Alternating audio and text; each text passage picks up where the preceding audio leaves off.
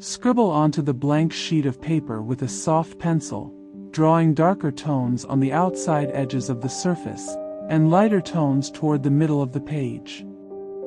Now rub the pencil mark with a soft cloth, creating an even surface to work on.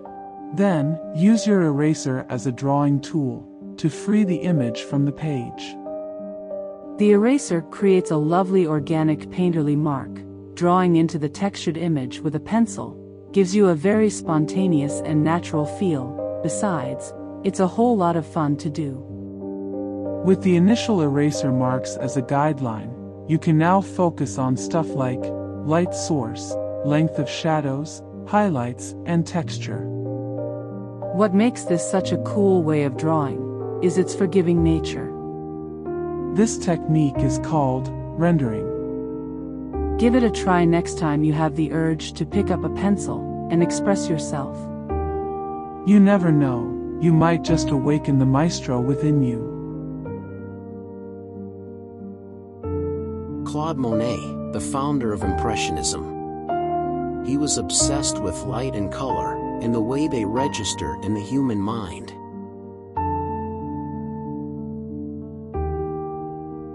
He applied solid color placed side by side, largely unblended.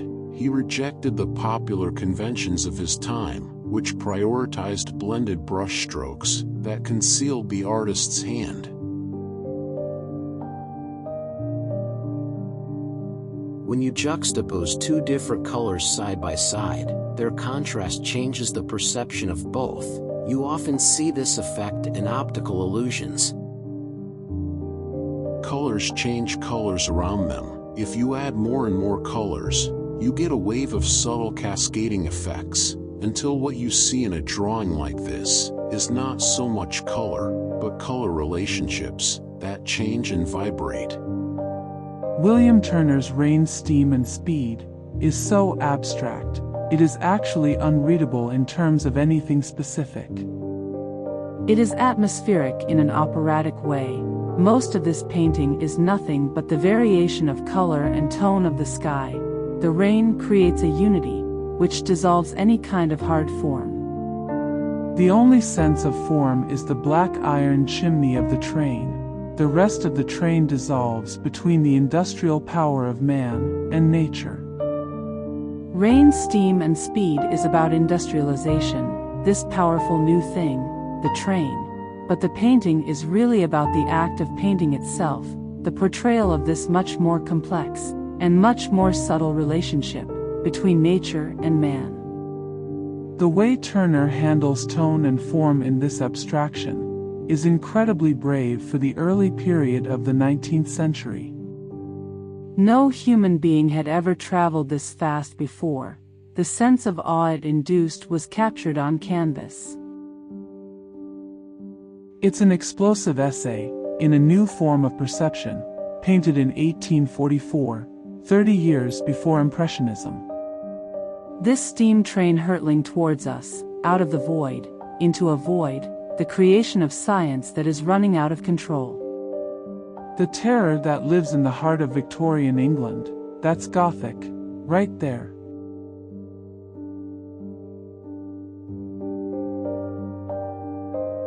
This is an impressionistic drawing of the painting, Impression Sunrise, by Claude Monet.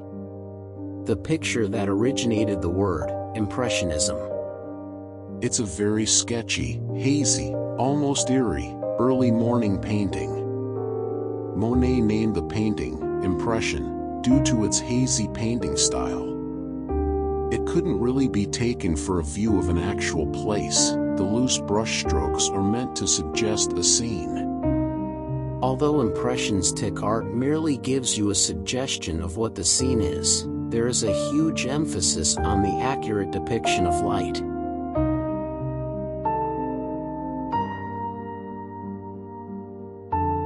This is a drawing, inspired by the sunflower paintings, by Vincent van Gogh, when he lived in Arles, the south of France with Paul Gauguin in 1888. He originally painted 2 sunflower paintings, as a decoration for Gauguin's room. The petals have a sharp edge, a spiky menacingness. It is difficult to look at the picture without thinking about the story behind it.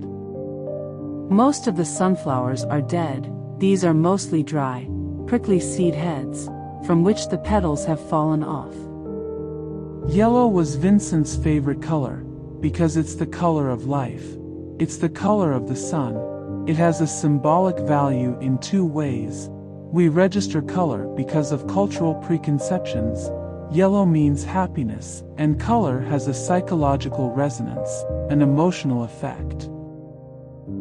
This drawing is inspired by a Henri Matisse painting. Here, Matisse captures his initial, superficial sensations of the subject, a first impression. His first instincts to drawing the female figure would be to imbue the drawing with grace and charm. This first impression, however, is not enough. He then seeks to condense his sensations of the figure by seeking out the essential line and defining it. The reworking may diminish the charm of that first approach. This is only because the charm is no longer the only concern. It still exists, because it is now situated within a broader sense of the subject, one that he has condensed from that first sensation. Matisse's example of the female figure also demonstrates that his favorite subject is people, that the human form allows him to express what he describes as his almost religious awe towards life.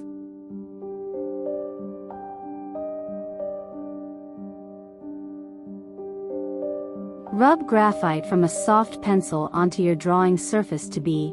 We are going to create an atmospheric, eerie, evening drawing with pencil and a rubber. This technique is called rendering.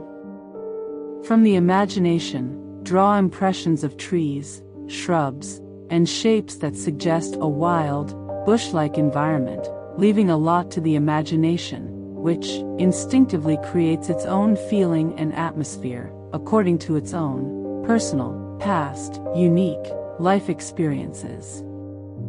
Having drawn the background in first, now add a more detailed foreground, like trees, rocks, and grass, which adds a sense of depth to your drawing.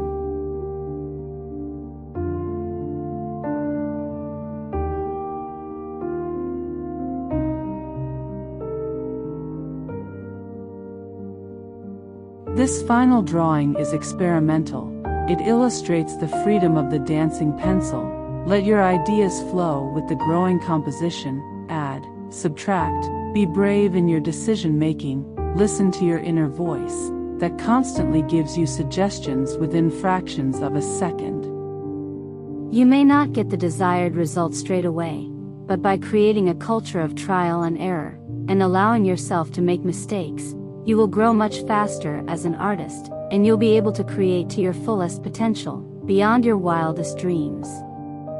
Sit back and enjoy watching he pencil dance to the piano, leaving a picture in its wake, for this is the world of the creator.